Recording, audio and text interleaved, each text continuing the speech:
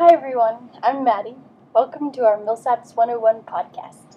And I'm Bonnie. Since Maddie and I just finished our comprehensive exams, we thought we would dedicate this podcast to explaining everything you ever wanted to know about communications comprehensive exams. We'll make this short and sweet. We're going to take turns interviewing each other about our comps experience. So, Maddie, question number 1. Can you give everyone a general idea of what communications comprehensive exams are? This was our first year to ever have the communications major and communications comprehensive exams, so I'm sure everybody is wondering what we've been up to. Well, it was a long and confusing road because for the majority of the time we didn't know what our communication comps would involve, but in general, comps are an oral and written exam that every senior must pass in order to graduate from Millsaps. Isn't it true that most of the humanities, such as communications, have 3 parts? Maybe, in our case specifically, we had to do a presentation in front of the faculty, a written exam, and an orals exam. Yes, that's right. In your professional opinion, which was the hardest?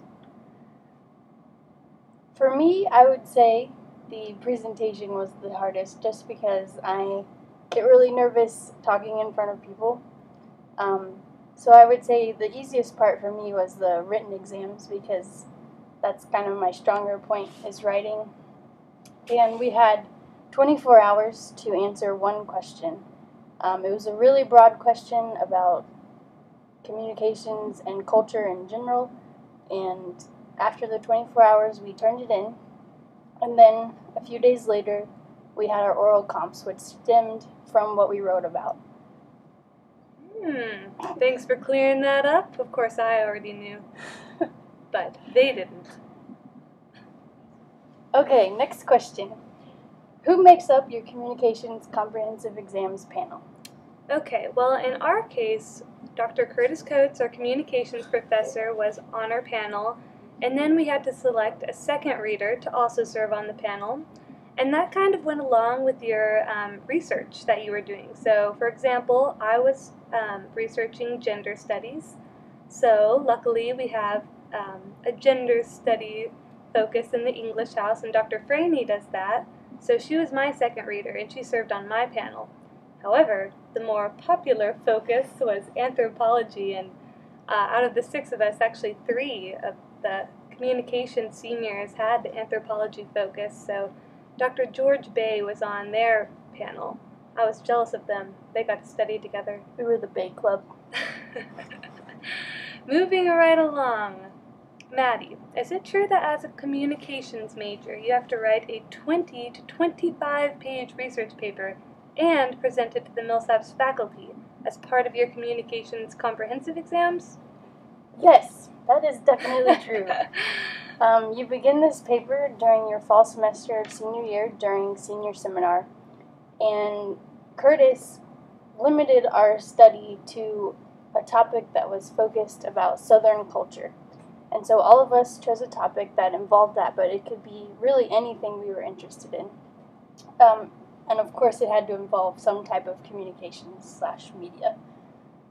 So we write this paper in the fall, and you pretty much continue writing it until you present it a few weeks before your written comprehensive exams. And you present it it's open to the Millsaps public.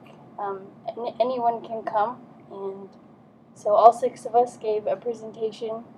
It was about 15 minutes long, just explaining what we had written about. See, while written was your favorite part, this was my favorite part that I thought was the easiest, because I found that if you look the audience right in the eye, you can say anything and they will believe you.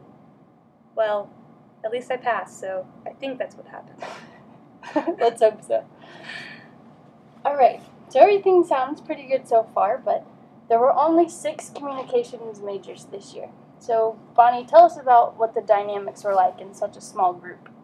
Well, Maddie, funny that you asked, because this was the first group of seniors to graduate. So, with such a small group, and nobody really knowing what we were doing, things got a little hectic at times, and I know that I actually had to restrain myself from going crazy on Dr. Coates, who we all came to love and hate at the same time.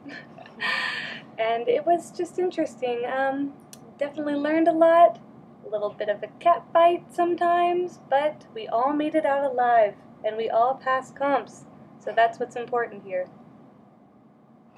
And now on to more exciting news. Maddie actually made excellence on her communications comprehensive exams. Yay! The audience is cheering. So, since we all know that I did not study as much as I should have, let's let Maddie explain how she prepared and achieved excellence.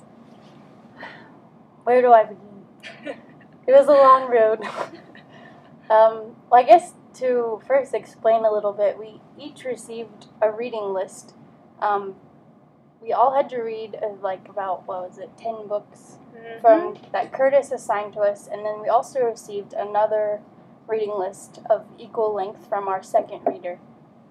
And so I guess I began studying as soon as we came back from Christmas break, and I forced myself to read at least one book per week, because that's how many books we had. It took me all the way up until the day before our writtens to finish reading. That is dedication. It was. I had a little planner, and I wrote it all down on my calendar, and I do really well when I have lists and I can check things off.